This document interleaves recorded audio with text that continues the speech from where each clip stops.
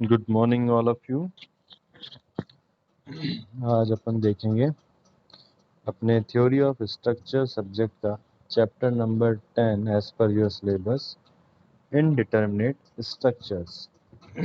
तो indeterminate structures क्या होते हैं, इनडिटरमिनेंसी क्या होती है, इसको कैसे निकालते हैं, ये सब अपन इस यूनिट के अंदर देखेंगे। पर उससे पहले आपसे थोड़े पहले जो स्ट्रक्चर पढ़े थे अपन ने वो डिस्कस करते हैं। बेसिकली दो तरह के स्ट्रक्चर्स होते हैं अपने, डिटर्मिनेट और इनडिटर्मिनेट। तो डिटर्मिनेट स्ट्रक्चर्स जो होते हैं वो जो आपने सिंपल इक्वेशन से सॉल्व हो जाते हैं वो डिटर्मिनेट स्ट्रक्चर कहलाते हैं। जैसे आपने second year strength of material में सिंपल सपोर्टेड बीम पढ़ी थी, कैंटिलीवर बीम पढ़ी थी, ओवरहैंगिंग बीम पढ़ी थी, वो सब आपके डिटर्मिनेट स्ट्रक्चर्स थे। और अभी थर्ड ईयर में आपने इससे पहले कंटिन्यूस बीम पढ़ी थी। कंटिन्यूस बीम के लिए अपन ने एक इक्वेशन यूज़ की थी, मैकालेस थ्री मूवमेंट इक्वेशन। तो जिस स्ट्रक्चर को सॉल्व करने के लिए कोई एडिशनल इक्वेशन या मेथड की ज़रूरत पड़ती है, सिंपल इक्वेशन से जो सॉल्व नहीं होते हैं, वो अपने इनडिटरमिनेट स्ट्रक्चर कहलाते हैं। इंट्रोडक्शन देखते हैं अपन क्या है। In structure analysis, there are generally two type of structure, determinate and indeterminate structure. जैसा कि अभी बात की कि दो तरह के स्ट्रक्चर्स होते हैं, डिटर्मिनेट स्ट्रक्चर और indeterminate structure. A statically determinate structure is the one in which reaction and internal force can be determined by free body diagram and equation of equilibrium. Statically determinate structure क्या होते हैं, जिसके अंदर जो उसके force और reactions जो हैं वो सिंपल इक्वेशन ऑफ इक्विलिब्रियम से निकल जाते हैं। तो इक्वेशंस जो होती हैं वो कौन सी होती है आपकी, sigma H equal to 0, sigma V equal to 0, sigma M equal to 0। ये तीन इक्वेशन आपकी इक्वेशन ऑफ इक्विलिब्रियम कहलाती है। ये हमेशा आपकी अगर इक्विलिब्रियम में रहेगा तो वो 0 होंगी। तो इन तीनों इक्वेशन की हेल्प से अपन जिस स्ट्रक्चर को सॉल्व कर सकते हैं वो अपने डिटर्मिनेट स्ट्रक्चर कहलाते हैं। जैसा कि अपन सिंपली सपोर्टेड बीम के एसएफडी एंड बीएमडी बनाए थे, तो उसके अंदर अपन ने ये तीनों इक्वेशन यूज़ की थी और सॉल्व किया था और bending moment and shear force diagram draw किए थे। It should be noted that the result of analysis are independent of the material from which the structure has been fabricated. तो ये इंडिपेंडेंट रिजल्ट्स जो हैं analysis के, वो उसकी properties पे डिपेंड नहीं करते कि वो स्टील का है या उसका है। उसकी जो कंडीशंस हैं इक्वेशंस की, अगर वो सेटिस्फाइड हो रही हैं, उससे अपन सॉल्व कर पा रहे हैं, तो वो उससे अपन पता करेंगे। तो सबसे पहले बात करते हैं स्टैटिकली इनडिटरमिनेट स्ट्रक्चर्स क्या होते हैं। The structure for which the reaction at the support and the internal forces in the members cannot be found out by the condition of static equilibrium is called static indeterminate structure. Statically indeterminate structure वो होते हैं जिसकी अपन reactions और जो internal force है वो condition of static equilibrium से या कंडीशन ऑफ जो इक्वेशंस अवेलेबल होती हैं इक्विलिब्रियम की, उनसे उसको सॉल्व नहीं कर सकते हैं। तो वो स्ट्रक्चर आपके कहलाते हैं statically indeterminate structure. Condition of equilibrium are not adequate to fully analyse the structure. जो इक्वेशन कंडीशन ऑफ इक्विलिब्रियम है वो हर स्ट्रक्चर को सॉल्व करने के लिए, एनालिसिस करने के लिए एजुकेट नहीं होती है। उसके अलावा भी अपन को एक्स्ट्रा इक्वेशंस की ज़रूरत होती है। तो ऐसे स्ट्रक्चर आपके स्टैटिकली इंडिटरमिनेट स्ट्रक्चर्स कहलाते हैं। Statically indeterminate structures are structures that cannot be analyzed using static or equation of equilibrium only. They require other material properties. ये स्ट्रक्चर कौन से होते हैं जो कंडीशन ऑफ इक्वेशन से नहीं सॉल्व होंगे? They require other material properties, इनके लिए अलग से एक प्रॉपर्टी चाहिए होगी। अब बात करते हैं डिग्री ऑफ इंडिटरमिनेंसी क्या होती है। Degree of indeterminacy is the number of unknown reactions minus the number of equation of equilibrium. ये सबसे इम्पोर्टेंट है कि डिग्री ऑफ इंडिटरमिनेंसी क्या होती है। इसका मतलब ये है कि जो आपकी एक्स्ट्रा अननोन जो रिएक्शंस हैं वो कितनी है। तो इसके लिए आप जो अननोन रिएक्शंस हैं उसमें से इक्वेशन ऑफ इक्विलिब्रियम को माइनस कर देंगे तो आपकी डिग्री ऑफ इंडिटरमिनेंसी आ जाएगी। तो ये है स्टैटिकली इंडिटरमिनेट स्ट्रक्चर। आगे चलते हैं एग्जांपल्स पे। तो example of determinate structures are simply supported beam, cantilever beam, single end double overhanging beam, 3 hinge arch etcetera. तो ये जितने भी अपन ने सेकेंड ईयर में पढ़े थे, simple supported beam, cantilever beam, double overhanging beam या 3 इंच आर्च, ये सब आपके डिटरमिनेट स्ट्रक्चर है। क्योंकि इसके लिए अपन ने कोई एक्स्ट्रा डेरिवेशन या इक्वेशन का यूज नहीं किया, सिंपल इक्विलिब्रियम इक्वेशन से ही सॉल्व किए थे। And examples of indeterminate structures are fixed beam, continuous beam, fixed arches, 2 hinge arches, portal, multi storey frame etcetera. और इंडिटरमिनेट स्ट्रक्चर्स के एग्जांपल्स हैं fix beam, continuous beam, fix arch, 2 hinge arch, portal. ये सब आपके indeterminate structure के examples हैं। ये आपके कुछ डिटरमिनेट स्ट्रक्चर्स हैं। सिंपली सपोर्टेड बीम जो आपने सेकेंड ईयर में देखी थी,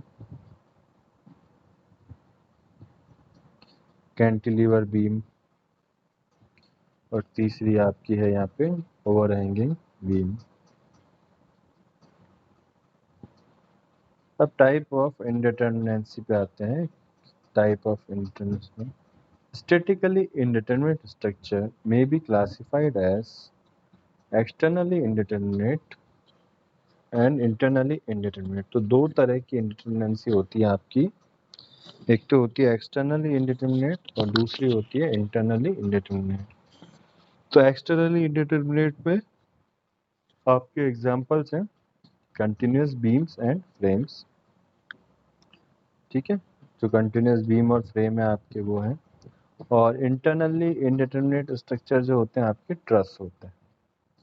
तो इसका मतलब ये हुआ जो जितनी भी बीम्स हैं आपकी और फ्रेम्स हैं ये सारे तो क्या होंगे, एक्सटर्नली इंडिटरमिनेट तो होंगे ही। मतलब इस क्योंकि इनके सपोर्ट्स पे रिएक्शंस आती हैं, तो जहाँ भी सपोर्ट होंगे वहाँ रिएक्शंस आएंगी, नंबर ऑफ अननोन्स आएंगे, तो एक्सटर्नल इंडिटरमिनेंसी आएगी। इंटरनल इंडिटरमिनेट की बात करें तो उसके एग्जांपल्स हैं आपके ट्रस, उसमें इंटरनल भी आएगी और एक्सटर्नल भी आएगी। Both externally and internally indeterminate के एग्जांपल्स आपके हैं ट्रस बीम, कंटिन्यूअस ट्रस। ये आपके both externally and internally indeterminate के एग्जांपल्स हैं, या फिगर्स में देख सकते हैं। एक्सटर्नली इंडिटरमिनेट स्ट्रक्चर जो आप ऊपर देख रहे हैं, फिगर ए और figure B.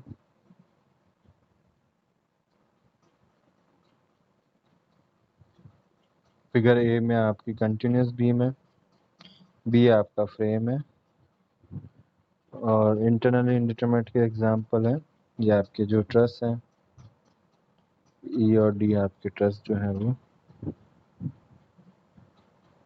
Now we talk about externally indeterminate structures. तो एक्सटर्नली इनडिटरमिनेट स्ट्रक्चर्स क्या होते हैं? The structure is usually externally indeterminate or redundant if the reactions at the supports cannot be determined by using three equation of equilibrium. तो externally indeterminate कब होगा? जब आपकी support पे जो रिएक्शंस हैं वो थ्री इक्वेशन ऑफ इक्विलिब्रियम से डिटरमिनेट नहीं कर सकते हैं अपन. In case of beam subjected to vertical loads only, two reactions can be determined by condition of equilibrium. अगर किसी पे आपका सिर्फ वर्टिकल लोड लग रहा है तो आपकी सिर्फ टू इक्वेशंस ही बनेंगे और उससे अपन टू रिएक्शंस ही फाइंड आउट कर पाएंगे. क्योंकि देखिए अगर ऊपर लोड लगेगा तो वर्टिकल लोड का सम जीरो होगा और एक मोमेंट का सम जीरो होगा. तो आपके पास दो इक्वेशन होगी तो आप दो ही अननोन फाइंड आउट कर सकते हो. अगर उसी बीम पे हॉरिजेंटल फोर्स भी लग जाता है तब क्या हो जाएगा? आपके पास तीन इक्वेशन बन जाएंगी. If the number of reaction component are more than the condition equation, the structure is statically indeterminate externally. अगर नंबर ऑफ रिएक्शन कंपोनेंट्स जो हैं more than condition of equation होती हैं, जो नंबर ऑफ रिएक्शंस हैं मान लीजिए 4-5 हैं, अगर आपकी ये कंडीशन ऑफ इक्वेशन से ज़्यादा होती हैं तो स्टैटिकली इनडिटरमिनेट कहलाएंगी.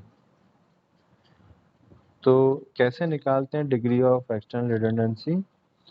तो ये इसको डिनोट करते हैं अपन कैपिटल ई से. Capital E equal to R minus R. तो आर आपका है total number of reaction component और स्मॉल आर है total number of condition equation available.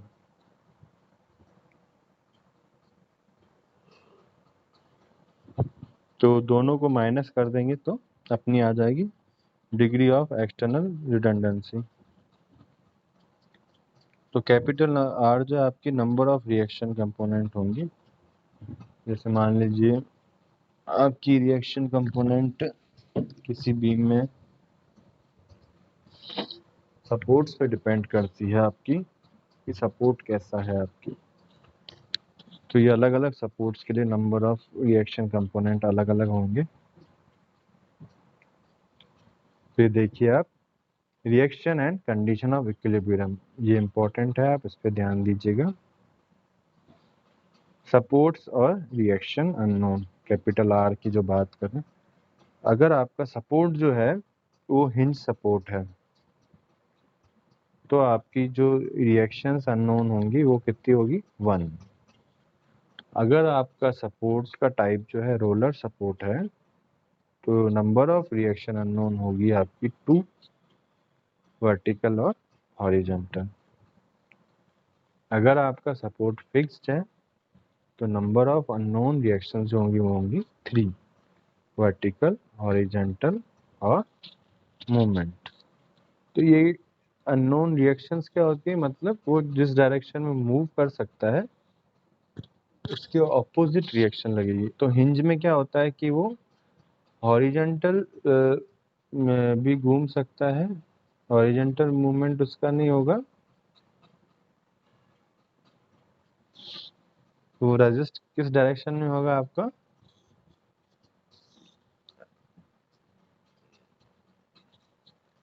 उसमें आपका मूवमेंट रोटेशन भी होगा और हॉरिजॉन्टल मूवमेंट भी होगा.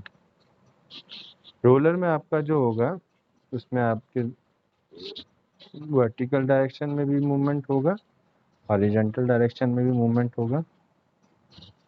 जो फिक्स्ड में आपका जो है ये तीनों तरफ से फिक्स्ड होगा.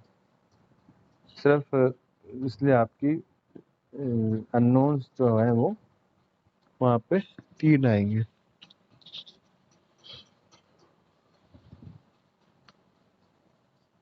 जनरल कंडीशन ऑफ इक्वेशन की बात करें तो सिग्मा वी, सिग्मा एच और सिग्मा एम 3 इक्वेशन आपके पास हमेशा अवेलेबल होती है. अगर बीच में कोई पिन लगी हुई है तो एक इक्वेशन एक्स्ट्रा ऐड होती है और अगर लिंक लगा हुआ है तो आपकी 2 इक्वेशन एक्स्ट्रा ऐड होगी. ये आप ध्यान रखिएगा. जनरली 3 इक्वेशन अवेलेबल होती है, और पिन है तो एक इक्वेशन एक्स्ट्रा ऐड करनी है, और लिंक है तो 2 इक्वेशन एक्स्ट्रा ऐड करनी है। तो नेक्स्ट टाइम पे इसके न्यूमेरिकल देखेंगे। Thank you.